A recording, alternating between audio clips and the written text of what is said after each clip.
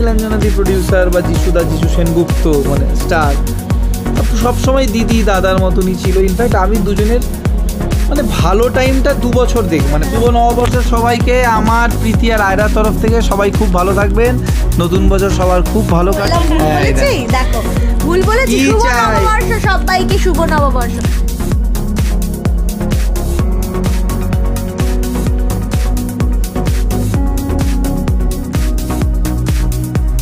আমাদের মানে শরীর, আমরা এই মুখটা বেঁচেই খাই না, সো খুব বাজে ল্যাঙ্গুয়েজ। আমি ওকে বলতেই থাকি, রাহুল তোকে যদি তুমি আগে এইরকম ঢুকে পেতাম কিছুতেই বিয়ে করতাম না।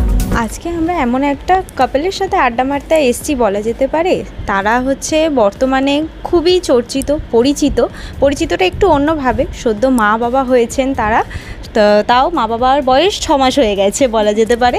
সেই রকমই প্রীতি দি এবং রাহুলদার সাথে আজকে আমরা আড্ডা মারতে চলে এসেছি। তো চলুন আলাপ করে নিই। সবাই অলরেডি চেনে। কেমন আছো? খুব ভালো আছি, ভীষণ ভালো আছি। খুব ভালো আছি। বাবা মার বয়স 6 মাস হয়ে গেল, কিরকম কাটছে? 6 মাস না, অলমোস্ট 8 মাস হতে চলে। বাবা মার বয়স না, বাবা মা হয়ে যাওয়ার বয়স আর কি। তো 8 মাস, হ্যাঁ 8 মাস হয়ে গেল। দেখতে দেখতে কীভাবে 8 মাস হয়ে গেল ও জানে না, আমিও জানি না। মানে সত্যি কীভাবে যে 8 মাস হয়ে গেল, মনে হচ্ছে এই তো সেদিনকে আয়রা হলো, আর এখনই 8 মাস হয়ে গেল।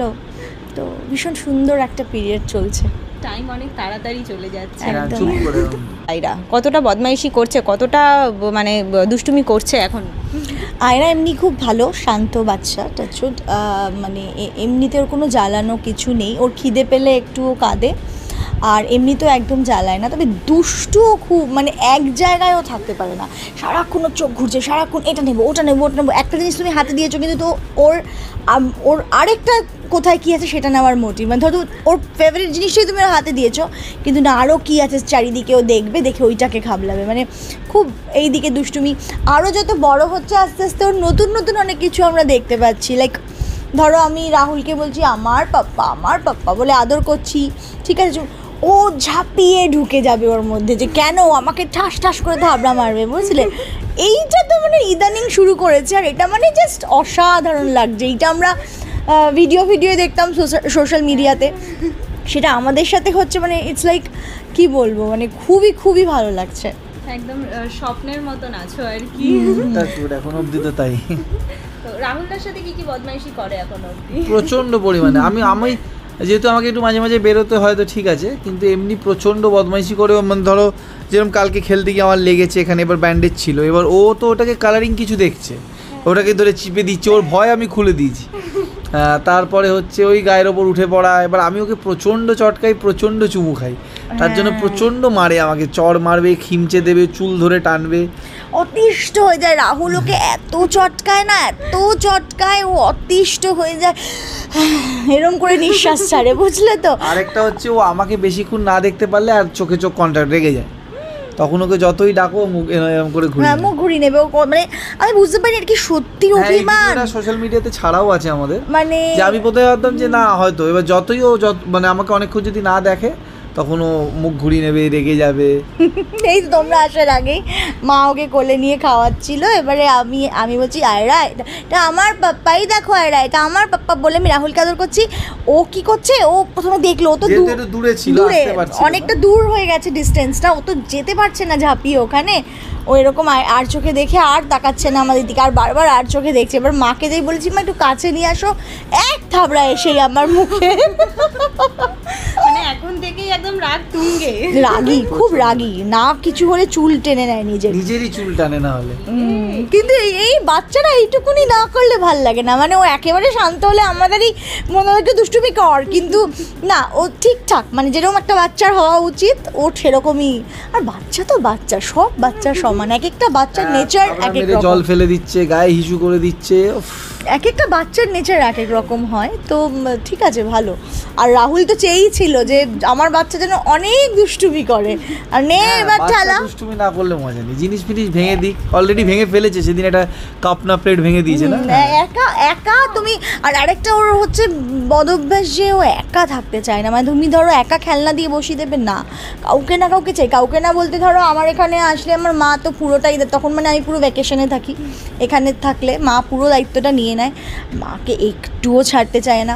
শ্বশুরবাড়িতে গেলে আমার মানে ইদানিং দেখছি আমার শাশুড়ি মাকে দেখেও তাই করছে, যে ঝাঁপিয়ে ঝাঁপিয়ে যাওয়া, কান্নাকাটি, আমার কোলেও থাকতে চাইছে না, মায়ের কাছে যাবে। তো আর আমার কাছে রয়েছে, তারপরেও দেখছি মাদের কাছে যাওয়ার জন্য কান্নাকাটি করছে।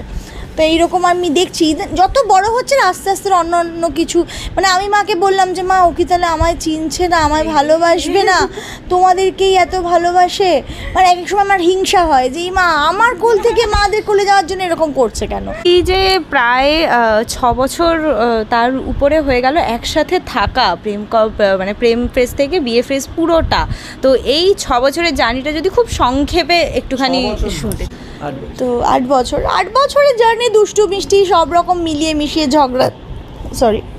ঝগড়াঝাটি সব রকম কিছু নিয়ে 8 বছরের জার্নি, তবে বেশিটাই ঝগড়া হয়েই কেটেছে।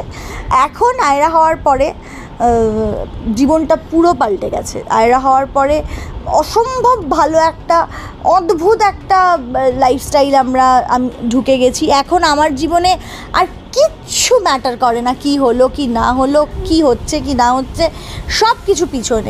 8 বছরের জার্নিতে মানে নিজেদের মধ্যে একটা বেস্ট মেমোরিটা কি? ঠিক আছে, ঝগড়াঝাটি করে কেটে গেছে 8 বছর। অ্যাকচুয়ালি যখনই না কি জানো তো, বেস্ট মেমোরি বলতে কি হয় না, আমি আর রাহুল যখন কোনো ভালো সময় কাটাই প্রত্যেকটা সময়কে বেস্ট মনে হয়, আর যখন কোনো খারাপ সময় থেকে যাই তার থেকে খারাপ আমার কাছে পৃথিবীতে কিছু থাকে না। ব্যাপারটা হচ্ছে কি বলতো, যে আমরা ওই একা সেলিব্রেট করব, একা করব, এই মেন্টালিটিটা দুজনেরই নেই। যেরকম আমরা হানিমুনেও বলেছিলাম বাবা মাকে যেতে, মানে ব্যাপারটা ওরম নয় যে আমাকে আর প্রীতিকে ধরো মানে বলতে পারো হানিমুনের কথা বলতে, যে আমাদের সত্যি হানিমুনের মেমোরি, যেটা আমাদের যে ঘুরতে গেছিলাম দুজনে, এই মেমোরিজগুলো খুব সুন্দর, ওই সময়গুলো খুব সুন্দর কাটিয়েছি আমরা। আর যখনই আমি আর রাহুল বলো বা আমরা ফ্যামিলি, কথাটা শেষই করতে পারলাম তো কথাটা হচ্ছে সেটাই, যে ওই মানে একসাথেই করি তো সব কিছু, ধরো আমার ফ্যামিলি বলো বা প্রীতির ফ্যামিলি বলো, একসাথে মিলেমিশেই, তো ওই ব্যাপারটাই আমাদের জন্য সব থেকে, মানে ছোটোখাটো ব্যাপারই হোক, ধরো আমার জন্মদিন হলো, প্রীতির হলো, অ্যানিভার্সারি হলো, বা যে কোনো ছোটো ছোটো পার্ট, তো আমরা ওই একসাথে 7-8 জন 10 জন মিলেই করি, তো ওইগুলোই ভালো লাগে। কারণ এখনকার দিনে লোক এত ব্যস্ত হয়ে গেছে না, আমার মনে হয় যে ওই নিজেদের ভাবতে ভাবতেই সময় কেটে যায়। তো ওই ফ্যামিলির সাথে থাকাটা সবথেকে বেস্ট পার্ট, যে হ্যাঁ বাড়ির লোক আছে, বাবা মা আছে, মানে প্রীতির দাদা মা আছে, তো ওরম। আর আমার সাথে প্রীতির বাড়ির সম্পর্ক ওরম শাশুড়ি বা ওই শালার মতন নয়, একদমই নয়। তো তাই জন্য আমার জন্য আরও ইজি, যে আমি প্রীতির বাড়ি থেকেও 2-3 দিন আরামসে আড্ডা, মানে প্রীতি না থাকলেও আমি আরামসে কাটিয়ে দিতে পারি। তো ওই পার্টটা, যে একটা ফ্যামিলির মতন মিলে মিশে সবাই আনন্দ করে মজা করে, হ্যাঁ ঝগড়াঝাটি তো পার্ট, তো ওটার সাথে থাকাটাই সব থেকে মজার কথা। এবার তুমি হানিমুনের যেটা বলছিলে, হ্যাঁ ওইগুলো খুব সুন্দর আমরা কাটিয়েছিলাম হানিমুনের সময়গুলো। এবং বললাম তো, আমি আর রাহুল যখন ধরো তোমরা আসার আগে আমরা বসে কথা বলছিলাম, সেটাই যেন আমাদের জীবনের একটা সেরা মুহূর্ত। 8 বছর মানে সম্পর্ক ভেঙে যাওয়ার যুগে দাঁড়িয়ে 8টা বছর একসাথে, এর মূল মন্ত্রটা যদি এক কথায় বলতে বলা হয় দুজনের কাছে, কি হতে পারে? মানে আমি তো বলবো বারবার 8 বছরকে বলো না, আমি একটা ছবি দিলেও পরের দিনকে আমাদের ঝগড়া শুরু হয়ে যায়, পরের দিনকে না সেই দিনকেই কিছু মিনিটের পরে আমাদের ঝগড়া শুরু হয়ে যায়। তাই আমি আর রাহুল এখন দুজনের ছবি দেওয়া বন্ধ করে দিয়েছি, যদি দিই সাথে আয়রা থাকে ভাই, মানে আয়রারও দেওয়া ওই জন্য ভয় লাগছিল, কিন্তু ও এত আমি ভেবেছিলাম আয়রার ছবি দেবই না, আয়রাকে আনবই না সামনে, কিন্তু ও আর আমার শাশুড়ি মা এত জোর করেছিলেন আর আমার বাড়ির লোক, যে আমাকে দিতে আমি বাধ্য হয়েছিলাম, আর তারপর থেকে আমি দিতেই থাকি।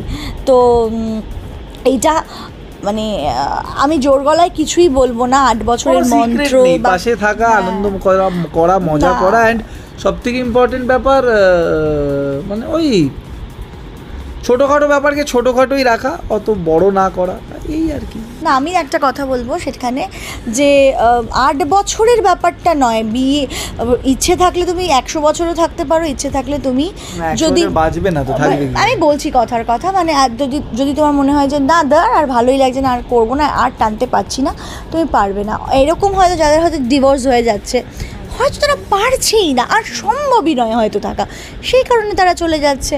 আর ধরো আমি মানে আমি একটা জিনিস আছে, হাল ছিল না বন্ধু, যতক্ষণ না আমার গলায় আটকে যাচ্ছে আমি ততক্ষণ হাল ছাড়ি না। সো মানে আর আমি এটাই বলবো আরেকটা কথা, যে আমরা দুজন একসাথে ঘর করছি, বড় গলায় বলবো না যে এই করুন থাকবেন, ওই করুন থাকবেন, তার কারণ কখন জীবনে কার কি ফেজ আসে না বলা যায় না। তো এবারে ধরো আজকে বললাম, ভগবান না করুক, আমরা দুজন যেভাবে আছি হয়তো সেইভাবে অনেকেই থাকবে না, বা অন্য দুজন যেভাবে আছে সেইভাবে হয়তো আমরা থাকবো না, এরকম হতেই পারে। বলা যায় না কখন আমার আর রাহুলের কি পরিস্থিতি হয়, কিভাবে আমরা কোন জায়গায় দাঁড়িয়ে থাকি, তখন এই কথাগুলোই লোকে আবার বললো ওই তো বড় বড় কথা বলেছিল। সো আছি, লোককে নিয়ে আমি বদার্ড নই, এটা ও একটু বেশি চিন্তা করে। আমি সিরিয়াসলি বলছি, অন আ সিরিয়াস নোট, লোক কি বলবে, লোক কি ভাবলো, এটা নিয়ে আমি একদমই বদার্ড নই। তার জন্য লোক আমাকে, মানে আমার পার্সোনাল লাইফ নিয়ে আমার মনে হয় না লোককে আমি জাস্টিফিকেশান দিয়ে বেরাবো বা কিছু বলবো। আর সো কল্ড এখনকার নেটিজেন্স বা ওই যে যারা ট্রোল করে তাদের নিয়ে আমি বদার্ডই নই, তো আমার সেটা নিয়ে কোনো না, ট্রোলিং নিয়ে আমি বদার্ড নই, কিন্তু যারা আমাকে ভালোবাসে সেই ভালোবাসার মানুষগুলোকে আমি কৈফিয়ত দিতে আমার মনে হয় যে আমি বাধ্য। যারা আমাকে ভালোবাসে, যারা আমার ভালো চায়, হ্যাঁ তারা হয়তো আমার দুঃখে সুখে থাকে না পাশে, হয়তো খারাপ বেলায় আসে, তাদেরকে আমি কৈফিয়ত দিতে যাই না, কিন্তু আমার অডিয়েন্স কিছু কিছু আছে তো যারা আমাকে ভালো না বাসলে আমি এই জায়গায় আসতে পারতাম না, তো তাদের জন্য আমি একটুকুনি বদার্ড হই।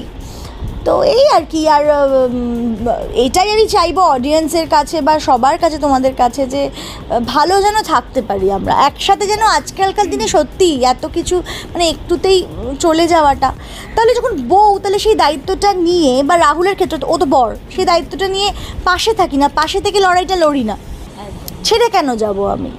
কিন্তু তুমি যদি থাকতে চাও থাকো, মিলেমিশে থাকবো, এটাই।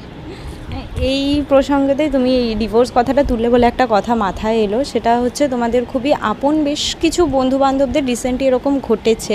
তো আমি নাম নিয়েই বলছি যে যিশুদা নীলাঞ্জনাদি যখন এরকম একটা ব্যাপার, দীর্ঘ বছরের সম্পর্ক, তার এত একটা হ্যাপি ফ্যামিলি আমরা যেরকম সোশ্যাল মিডিয়ায় দেখে আসছি, সেই ঘটনাটা যখন হয়েছিল সেটা কি কোথাও গিয়ে নাড়া দিয়েছিল, বা কোথাও পূর্ব আভাস পেয়েছিলে যে এরকম একটা মানে এত হ্যাপি মানে সুখী দম্পতিটা ভেঙে যেতে চলেছে? না, আমি যেহেতু দুজনকেই খুব ক্লোজলি দেখেছি, আমি কখনোই বলবো না যে যখন স্টার্ট করেছিলাম অবশ্যই তাদেরকে প্রডিউসার বা যিশুদা বড় স্টার, কিন্তু যখন তাদের সাথে মেশা শুরু করলাম বা ভালোবাসাটা পেলাম, তো একটা টাইমের পর এরম ব্যাপার ছিল না যে নীলাঞ্জনাদি প্রডিউসার বা যিশু সেনগুপ্ত মানে স্টার, সবসময় দিদি দাদার মতনই ছিল। ইনফ্যাক্ট আমি দুজনের মানে ভালো টাইমটা 2 বছর মানে প্রপার 2 বছর কাজ করেছি, দেখেছি তাদের সাথে আড্ডা মারা, তাদের সাথে পার্টি করা, তো আমি খুবই দুঃখী হয়েছিলাম।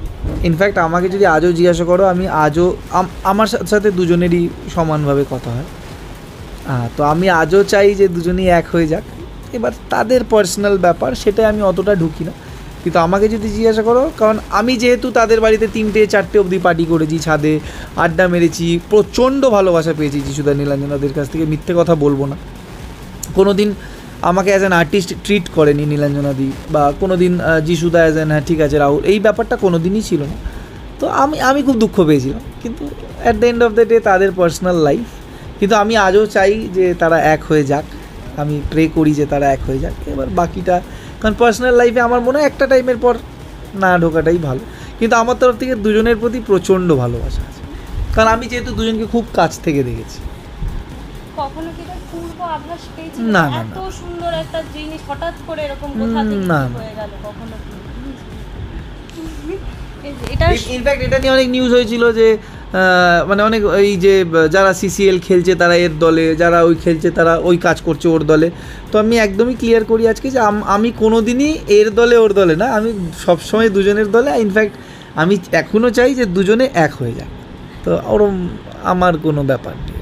আমি খুব কষ্ট পেয়েছিলাম পার্সোনালি যদি এই তোমাকে একটু আগে বললাম না কখন কার লাইফে কি হয়ে যায়, যে তুমি বলে 8 বছর 20 বছরের সম্পর্ক কখন কি হয়ে যায় কেউ বলতে পারে না। যে বললাম যে মানে যার থাকার মানে যদি তোমার থাকতে ইচ্ছা করে থাকো, আদারওয়াইজ থেকো না। তো এবারে সত্যি রাহুল যেটা বললো একদম একমত, যে ওদের পার্সোনাল লাইফ ওরা কীভাবে কী করবে না করবে সেটা তাদের ব্যক্তিগত ব্যাপার। ধরো যাদের 1 বছরেও ডিভোর্স হচ্ছে, 6 মাসেও হচ্ছে, পারছে না হয়তো থাকতে, সেই জন্য যার যার নিজের নিজের লাইফ ভাই তাদেরকে কাটাতে দাও। ভগবান একটাই জীবন দিয়েছে, তোমরা যেটা ভালো মনে করো তোমাদের জীবন তোমরা কাটাও, না নাক গলানোই বেটার।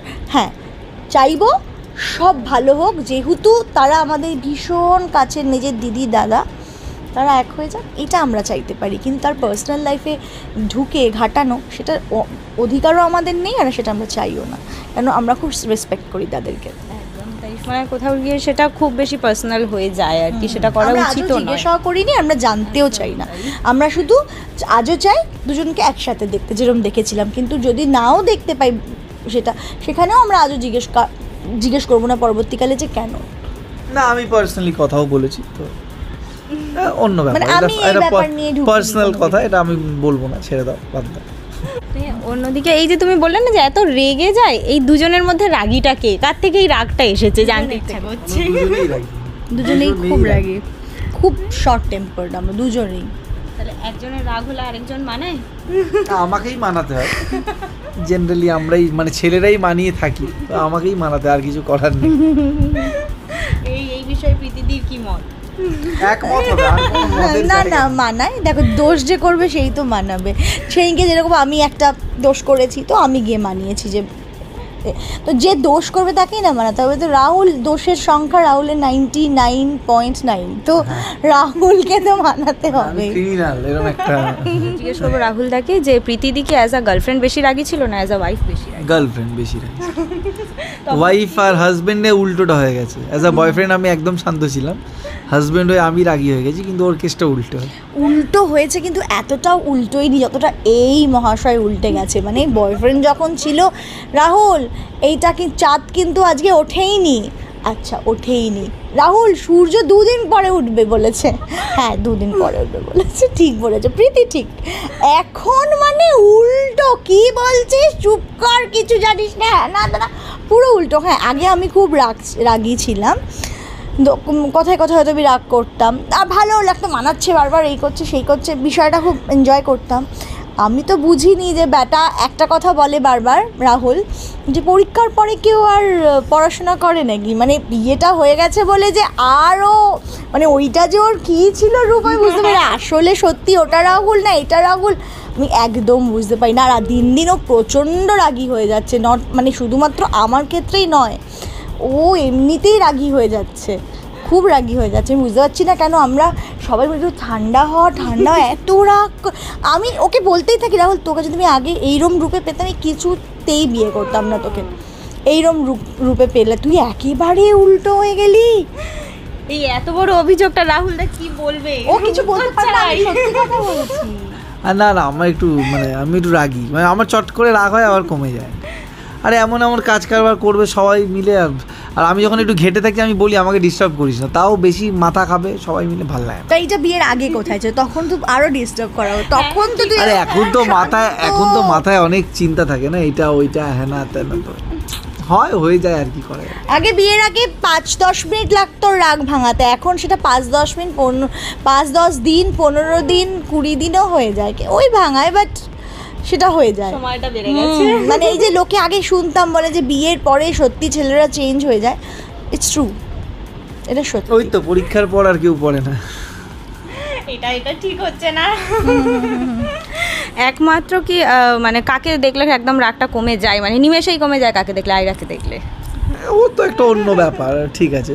আয়রার ওপরেও মাঝে মাঝে আমরা রেগে যাই, তারপর নিজেরাই হাসি। রাতে যখন ঘুমোতে দেয় না, ধরো সারাদিন খুব টায়ার্ড, রাতে তাতেও ক্যাঁ ক্যাঁ করে যাচ্ছে, তো তখন আমি রাখলে ও মানিয়ে নেয়, ও রাখলে আমি কি করি, এরকম একটা ম্যানেজ করে চলি আমরা। আয়রা আমার সাথেই শোয়, আমি আমাদের বাড়িতে আয়রার জন্য শ্বশুরমশাই দোলনা নিয়ে এলো, যেদিন হলো আমার মার দাদা সেদিন এত এত বড় একটা খাট নিয়ে এলো ওর জন্য, যে ছোটো ছোটো বাচ্চাদের যে কটগুলো হয় সেইগুলো নিয়ে আসলো, ওখানেও শোবে। কিন্তু আমরা ইন্ডিয়ান মাদার ভাই, আমরা পারবো না। তো আমি একদম কোল ছাড়া করতে পারি না আয়রাকে, ও আমার কাছেই শোয়, আমার কাছেই থাকে, এবং আমি নিজের হাতেই আয়রার কাজ করতে পছন্দ করি, ওটা স্বাচ্ছন্দ্য বোধ করি, পছন্দ করি। মানে আমার মা শাশুড়ি করে দিচ্ছে আয়রার জন্য, তবুও আমার হয় না, এটা বোধহয় ঠিক হয়নি, দেখো তো ওটা বোধহয় ঠিক হয়নি, মানে এটা প্রথম মা হয়েছি ভাই, মানে ওই ব্যাপারটা হয়।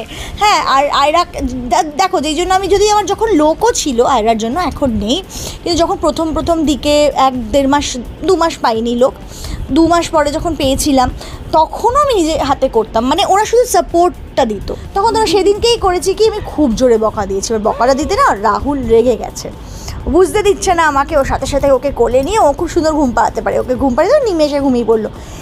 এই যে আমি আমার ঘুমের জন্য একটু বকে দিলাম, তারপর আমি আর গিল্টনেসে না ঘুমোতে পারছি না, যে মেয়েটাকে আমি একটু বকে দিলাম, কিছুই বলিনি, আমি বললাম যে কী হচ্ছে এটাকে, ঘুমাও। আর ও না ভীষণ ভীতুও, যেরকম রাগ ততটা ভীতুও, একটু তো কেঁপে ওঠে। ওই যে আমি কেঁপে উঠলো, আমি না তারপর থেকে মানে শপথ নিলাম ওকে আমি কোনো দিন আর বকবো না। আর বকা মানে ধরো এই আয়রা, আমার মা ঘুরে এরম করে দাঁড়িয়ে থাকে, মা যে এত বদমাইশ ছেলে, এ কি করবে, কাকিমা ইচ্ছে করে ফোন করে, কাকিমা মেরেছে আজকে আয়রাকে, আমি কিছুই করিনি কিন্তু ইচ্ছে করে। আর মা ওখান থেকে আমাকে ফোন করে উল্টো পাল্টা যা মনে আসছে বলছে, মানে আয়রাকে না বকা যাবে না মারা যাবে, এই বাড়িতে তো ছেড়েই দাও। মা দাদা মানে আমার দাদা একদিন আমার সাথে কথা বলেনি, একটু বকেছি বলে আয়রাকে। আর ওই বাড়িতে আমার শ্বশুরমশাই শাশুড়ি ওরা তো আছে, তাও আমার শাশুড়ি একটু রাফ অ্যান্ড টাফ, কিন্তু আমার শ্বশুরমশাই হচ্ছে ওই রকম, একটু খেতে যদি করে বলে ছেড়ে দাও, আর খাওয়াতে হবে না। আতুপুতু একটু জামা কাপড় চেঞ্জ করলেও একটু কাঁদে, তো না পাল্টাতে হবে না জামা কাপড়, থাক মানে এমন করবে, মানে পারলে না খাইয়ে না কাঁদলেই হলো, আওয়াজ শুনবে না, খুব আদুপুতু করে থাকে, এই জন্য আদরে বাঁদর না হয়ে যায়, এটাই আমার ভয়। না আমি এখন বলেছি যে আমি সেদিনই মাকে বলেছি, ও ছিল না, আর মা দেখো এখন আমাকে তুমি বকতেও দিচ্ছ না, কিচ্ছু করতে দিচ্ছ, মানে মা ওকে আয়রা এইটুকু অবধি বলতে দেবে না, এই রকম করবে জানো না, মানে তো তুমি এখন আটকাচ্ছ ঠিক আছে, কিন্তু বা ওর সামনে আমাকে মুখ করে দিচ্ছ, ইটস ওকে। আমি আমার শ্বশুরবাড়িতেও এইবারে যে যাবো বলবো, আমি মাকে এই থ্রেডটা করে রেখেছি যে ও যখন বুঝতে শিখবে ভালো করে, তখন ওকে যখন আমি বকবো, তখন যদি কেউ আমাকে বকেছ, তোমাদের সঙ্গে কিন্তু আমি আর জীবনে কথা বলবো না। আর আমি আর রাহুল দুজনেই এই ব্যাপারটাতে খুব স্ট্রিক্ট। একদম তাই, অনেকক্ষণ বকাবকির কথা হলো, এবার জানতে ইচ্ছা করছে প্রীতিদি বা রাহুলের দুজনের থেকেই, তোমরা আয়রার ফেস্টাতে কেমন ছিলে, মাদের থেকে কি শোনো? আমি এরমই ছিলাম, মানে মেয়ে তো অনেক দুষ্টুমি করে, কিন্তু আমি এরমই ছিলাম, খেতাম দিতাম, একটু খিদে পেলেই কাঁদতাম, নাহলে আমাকে যত ইচ্ছা জামা কাপড় পরাও, জুতো পরা, আমি নাকি কোনো রিয়াকশানই ছিল না আমার, যা করবে করো, এরকম একটা। হ্যাঁ, আমি খুব শান্ত ছিলাম নাকি। আর প্রীতিদি কেমন ছিল, কাকিমা কি বলে? না আমিও খুব মিষ্টি শান্ত বাচ্চাই ছিলাম, মিষ্টিটা আমরা বলতে পারছি না, মিষ্টিটা নিজে অ্যাড করেছে। না রায়রার ক্ষেত্রে মিষ্টিটা বলতে না আমি মিষ্টি বলে ফেলেছি, না মিষ্টি ছিলাম কিনা আমি জানি না।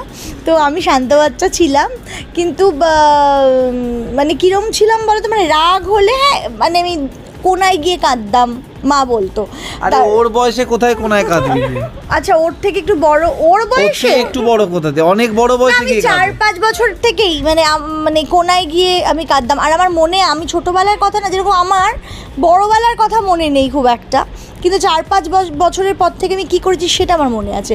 বড়োবেলায় তুমি 2-3 আগে কী হয়েছে আমার সাথে বলতে জিজ্ঞেস করলে আমি মনে করতে পারবো না, মাক কালি বলছি, মানে হ্যাঁ সিরিয়াসলি ওই রকম হয়ে গেছি আমি। বড়োবেলায় আমার এমন কি হয়েছে আমি জানি না, আমি কিছু মনেই রাখতে পারি না।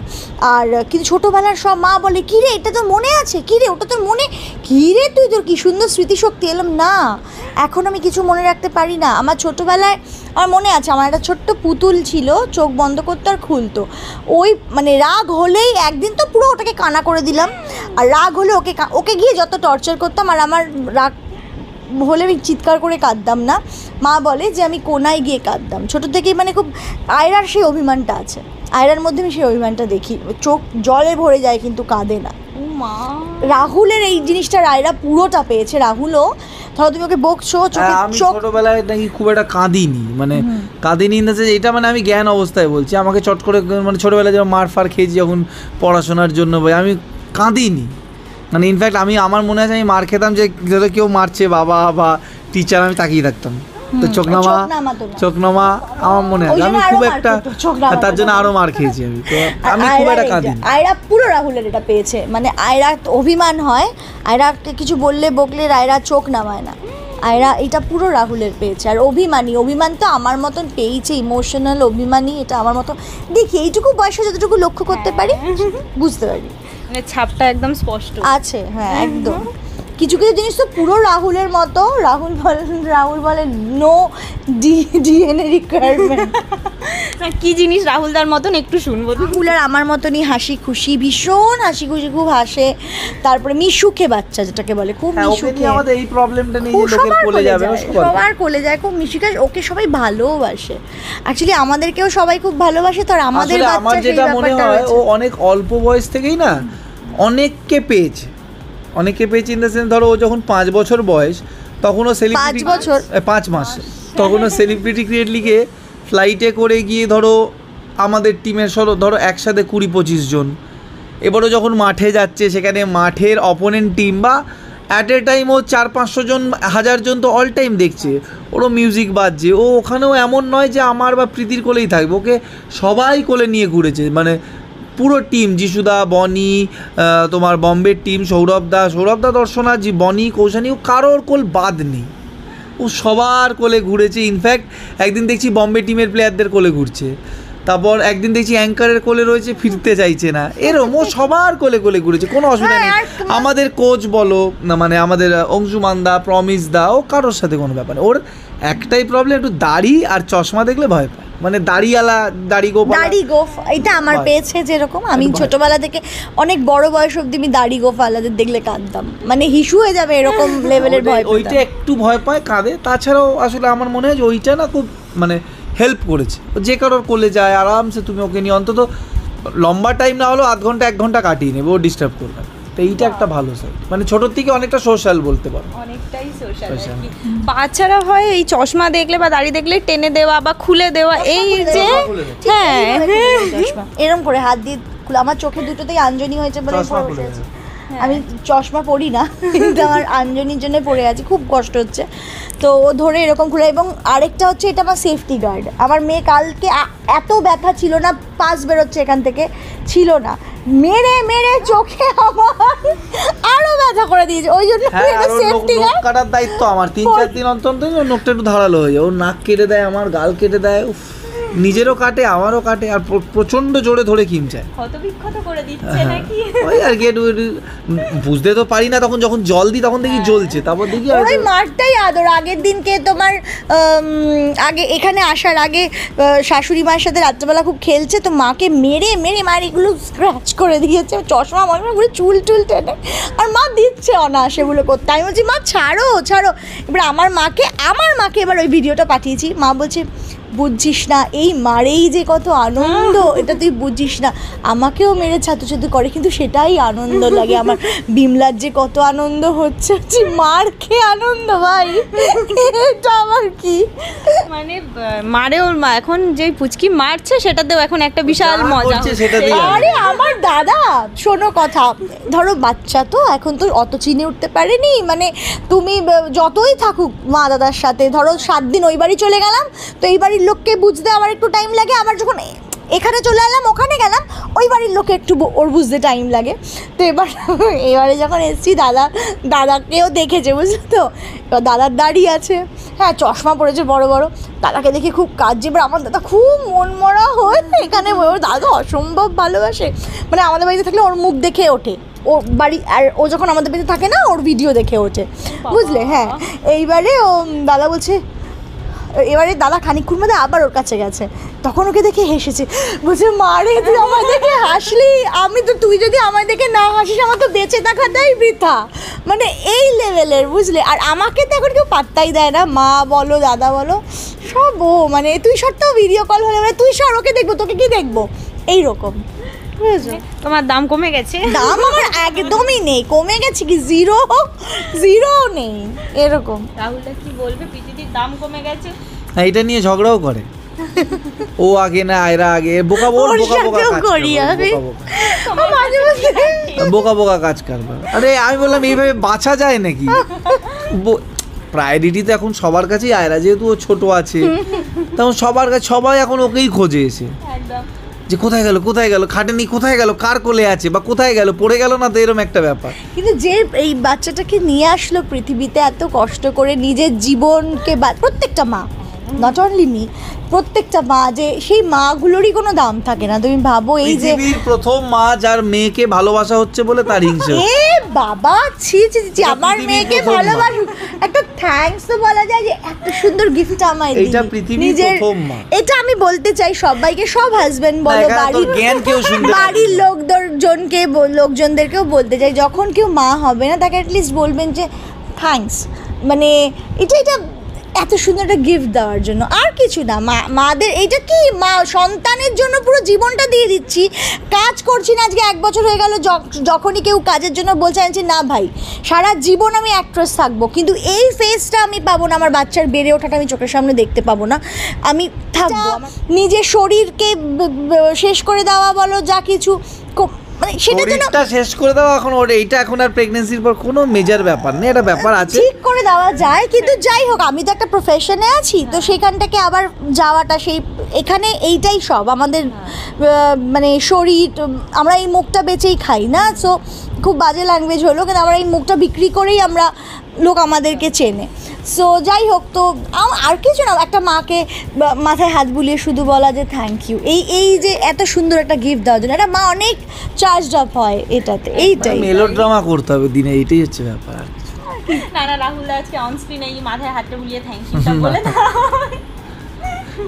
কেন বলবো, ওরা এদের ব্যাপারটা হয়ে গেছে এরকম যে মেয়ে হয়েছিস মা তো হতেই হবে, মানে পৃথিবীর সবাই হয়, সেটা বলিনি, পৃথিবীর সবাই কিন্তু হয়, তুই কি বড় দান মেরে দিলি যে তুই মা আমার হয়েছিস, তো ইটস ওকে। আমি কিছুই বলিনি, নো ডাউট যে মায়েদের অনেক, কিন্তু আমার কথা হচ্ছে মায়ের যোগদানের জন্য বাবার যোগদানটা ছোট করলে হবে না, আমি এটা বলতে তোমার চাইছি। যোগদান তো আমি ছোট করিনি, কিন্তু মানে যখন তুমি ওকে থ্যাঙ্কস বলতে তাহলে তো আমার বললে, ও কথা হচ্ছে, বলছে তাহলে না, তো বলবো আমার কথা না, হচ্ছে, তো তুমি তো আমার তাহলে ছোট আমার করলে। কথা হচ্ছে, তাহলে তো বাবাদেরকেও থ্যাংক ইউ বলতে হবে, বাবাদেরও তো সমান যোগদান আছে, বাবাদেরকেও তো থ্যাংক ইউ বলতে হবে। সমান যোগদান নেই, হ্যাঁ, মেয়েদের একটা ওই দখলটা যায়, নো ডাউট, সেটা অ্যাপ্রিসিয়েট করার, কিন্তু আমি বলছি মানে আর ছেলেদেরও অনেক দখল যায়, সেটা ছেলেরা হয়তো সবসময় বলতে পারে না, প্রকাশ করতে পারে না, ব্যাপারটা সেটাই আর কি।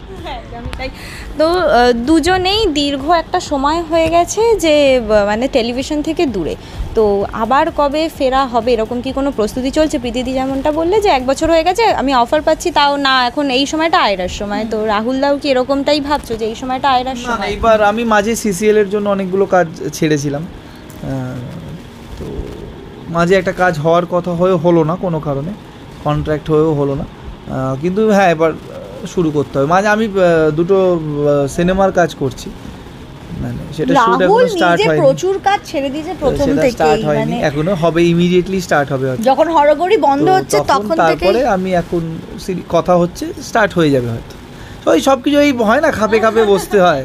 হ্যাঁ, ওরম হচ্ছে না বলেও নিচ্ছে না প্রজেক্টগুলো, হরগৌরীর সঙ্গে মানে ও যখন করবে না ঠিক আমি করলো total তখনই পেয়েছিল, 7খানা প্রজেক্ট, তখনই কাজ পেয়েছিল হরগৌরী চলাকালীনই, মানে 7 প্রজেক্টটা এসে হরগৌরী থেকেও বেরোয়নি, প্রজেক্টটা এসেছে ও মানে শুধু একটা প্রজেক্ট না, আমি 7খানা, ওই কিছু মেলেনি, কিছু মিলেছে, সেলিব্রিটি ক্রিয়েট লিগের জন্য ছাড়তে পারছিল না, করতে পারিনি, এরকম একটা মিলিয়ে মিশিয়ে হয় না, একটা ওই খাপে খাপ বসছে না, তার জন্য অনেকগুলো, মানে অলমোস্ট আমি 7খানা প্রজেক্ট না। প্রীতিদি কি পার্সোনালি শুধু বেঙ্গল টাইগার্সকেই সাপোর্ট করো নাকি তোমার অন্য টিমকেও ভালো লাগে? হ্যাঁ, আমার পাঞ্জাব হয়তো এই বছর পাঞ্জাব খুবই ভালো, উইনার ওরা, প্রথম থেকে আমার পাঞ্জাবকে খুব ভালো লাগতো, কারণ ওরা না চাকদে ফাটতে হ্যাপি সোল একেবারে, তো ওদেরকে আমার খুব ভালোই লাগতো পাঞ্জাবকে।